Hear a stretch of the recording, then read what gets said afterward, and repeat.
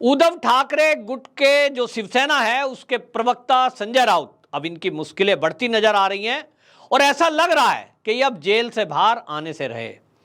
कई बार उनकी जमानत याचिका रद्द हुई है। इस बार संजय राउत को उम्मीद थी कि इस बार तो उनको जमानत मिल ही जाएगी, लेकिन इस बीच ईडी ने अपनी चार्जशीट दाखिल कर दी है और इस चार्जशीट में साफ साफ स्पष्ट कहा है कि संजय राउत वो व्यक्ति है जो पीछे से, पर्दे के पीछे से रहकर ये सारी डील और घपले घोटाले को करा रहा था। इस खुलासे के बाद जो ईडी की कोर्ट है उसने संजय राउत की जमानत याचिका को कैंसिल कर दिया और अब 21 सितंबर को इस मामले में अगली सुनवाई है, लेकिन 15 दिन की न्यायिक हिरासत संजय राउत की अब ईडी को मिली है। ईडी का कहना है कि ये जो घोटाला हुआ है ये 1000 करोड़ रुपए से भी अधिक का घोटाला है। पत्राचाल घोटाले में हम सब जानते हैं कि ये पत्राचाल घोटाले में गरीब लोग थे, चाल में रहते थे, उनको सपना दिखाया गया नेताओं द्वारा कि हम आपको नए मकान बना कर देंगे, आपके मकान जर्जर हो गए हैं, कभी भी गिर सकते हैं और इसलिए भाई आप इनको थोड़े दिन के लिए खाली कर दीजिए। जब गरीबों ने कहा साहब मुंबई जैसे शहर में जहां इतना महंगाई है हम इन मकानों को खाली करके कहां जाएं, तो सरकार ने उनको प्रपोजल दिया कि साहब आप जहां भी जाएंगे आपको किराया दिया जाएगा, जिस मकान में आप जा रहे हैं उसका किराए की व्यवस्था भी सरकार करेगी।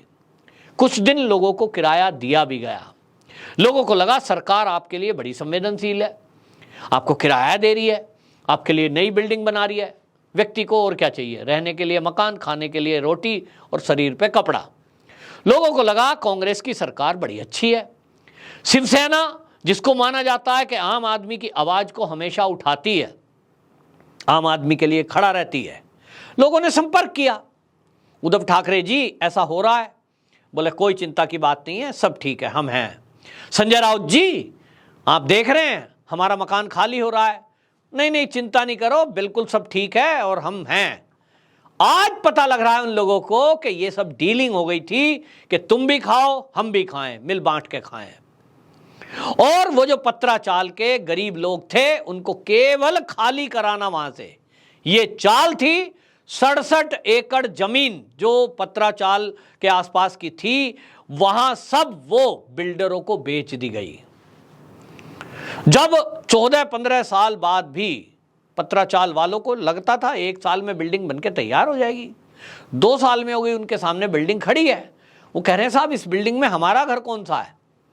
नेता जवाब नहीं देते, आंदोलन हुए, शिकायतें हुई, लोग कोर्ट में पहुंचे कि साहब हमें तो कहा था 1 साल में आपको मकान बना के दे दिया जाएगा, नया फ्लैट दिया जाएगा, और अब तो नेता हमसे बात नहीं कर रहे हैं।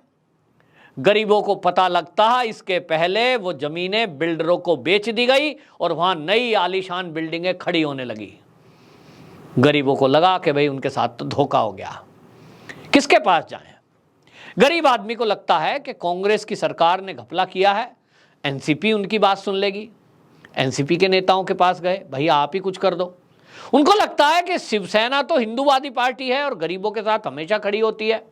शिवसेना के पास गए तो संजय राउत जी जैसे लोग जब कमीशन खा रहे हैं और खुद ही पीछे से घपला घोटाला करने में लगे हुए हैं, इसी घपले घोटाले के रूप में उन्होंने कहीं जमीन ले ली, कहीं फ्लैट ले लिया, तब फिर वो क्यों बोलते हैं, और इसलिए बोला नहीं गया। अगर भारतीय जनता पार्टी की सरकार आज केंद्र में नहीं होती, यदि आज भारतीय जनता पार्टी की सरकार अभी एकनाथ शिंदे के साथ मिलकर के, जो बीजेपी देवेंद्र फडणवीस उप मुख्यमंत्री बने हैं, ये ना बने होते तो आपको बता दूं, और महाराष्ट्र के लोग जानते हैं, संजय राउत जेल न जाते।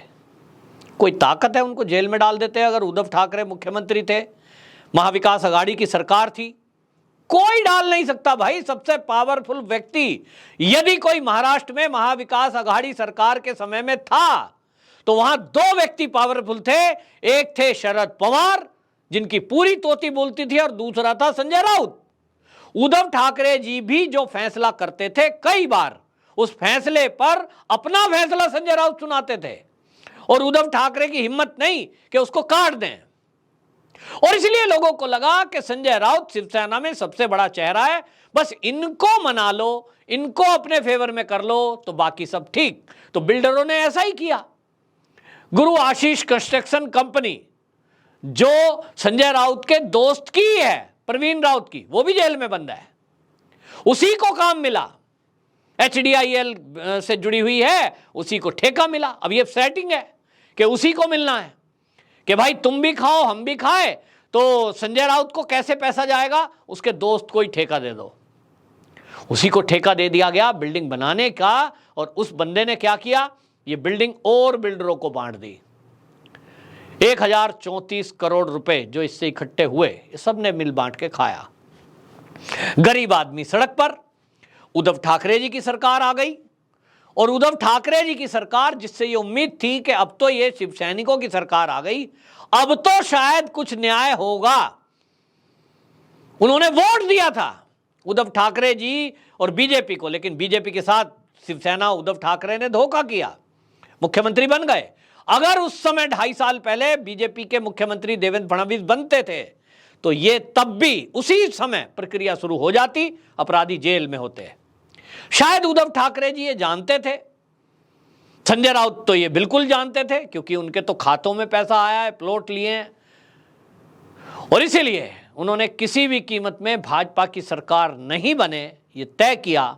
विपरीत विचारधारा की कांग्रेस और एनसीपी से गठबंधन किया, क्योंकि जो लूटा है वो लूटा हुआ उनके पास ही रहे, कोई उनको जेल में ना भेज सके, कोई जांच ना कर सके, ये मूल मुद्दा था। आज भारतीय जनता पार्टी की केंद्र में सरकार है, उन्हीं के समर्थन से राज्य में सरकार है, तो संजय राउत जो ये कहते थे उखाड़ लिया, इस तरह की भाषा बोलते थे, अहंकारी भाषा, आज जेल के अंदर बंद है।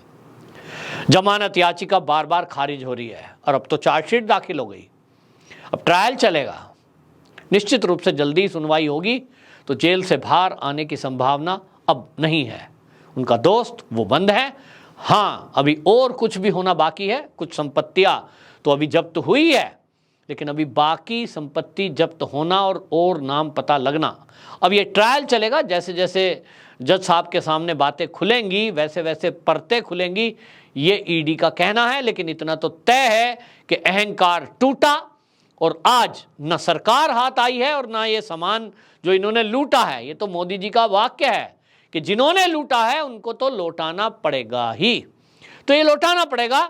और इसीलिए आपको बता दें, ये 672 जो किराएदार थे पात्रा चाल में, जिनको जो है निकाल करके और उनकी जमीन बिल्डरों को बेच दी, उनकी बद्दुआओं का असर है। वो लोग खुश हैं। मेरी बात होती है कुछ लोगों से, वो कहते हैं हम बड़े खुश हैं कि आज हमारी भगवान ने सुन ली। हम रोज सुबह उठते थे तो गाली देते थे, हे भगवान, जो ये नेता जिन्होंने हमारे घर छीने, हमारे साथ धोखा किया, वो जो भी हैं उनको सजा देना। उन्हें नहीं पता था कौन कौन घपले घोटाले में है। आम आदमी को कैसे पता होगा? अभी इस मामले में भी ईडी अगर कार्रवाई ना करे, जांच ना करे, तो आपको और हमें कैसे पता लगता? और इसलिए ये पता लगा। अब आम पब्लिक को जब पता लगा है तो आम जनता तो खुश है, मुंबई कर खुश हैं। वो कहते हैं ये भ्रष्टाचारी लोग जेल के अंदर ही बंद रहे, ये बहुत अच्छा है। मोदी जी आए, बीजेपी आई, तो आज इनको सजा मिल रही है। और उनका कहना यह है कि ऐसे भ्रष्टाचारी जेल से बाहर नहीं आने चाहिए और इनकी सारी संपत्ति जब्त कर लेनी चाहिए। और गरीबों को अब न्याय मिलने की उम्मीद जगी है कि उनको ये मकान मिलेंगे और अब उनके साथ न्याय होगा।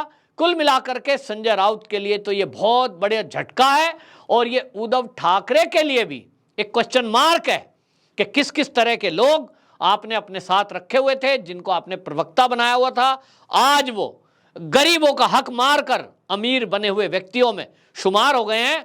आम पब्लिक क्या कह रही है कि कहां एक बाला साहब ठाकरे जी थे, जिनका वो अवतरण इस धरती पर, मैं कहूंगा, और महाराष्ट्र की धरती पर इसलिए हुआ कि गरीबों के हक की लड़ाई लड़ सकें, और कहां उनका ये बेटा है जो गरीबों का हक मारने वाले लोग हैं उनको अपने साथ गले लगाकर चलता है, उनको बड़ी जिम्मेदारी देकर रखता है, उनको सांसद बनाता है। तो लोग सवाल कर रहे हैं कि उद्धव ठाकरे जी, आपसे ये ऐसी उम्मीद नहीं थी, तो आप फिर भी अगर ये सोच रहे हो कि मुंबई कर आपके साथ खड़ा होगा, तो ये आपकी भूल है। बीएमसी चुनाव में इसका साफ साफ असर देखने को मिलेगा। और ऊपर वाले की जो लाठी है ना, इसकी आवाज नहीं होती लेकिन लगती जरूर है। वंदे मातरम।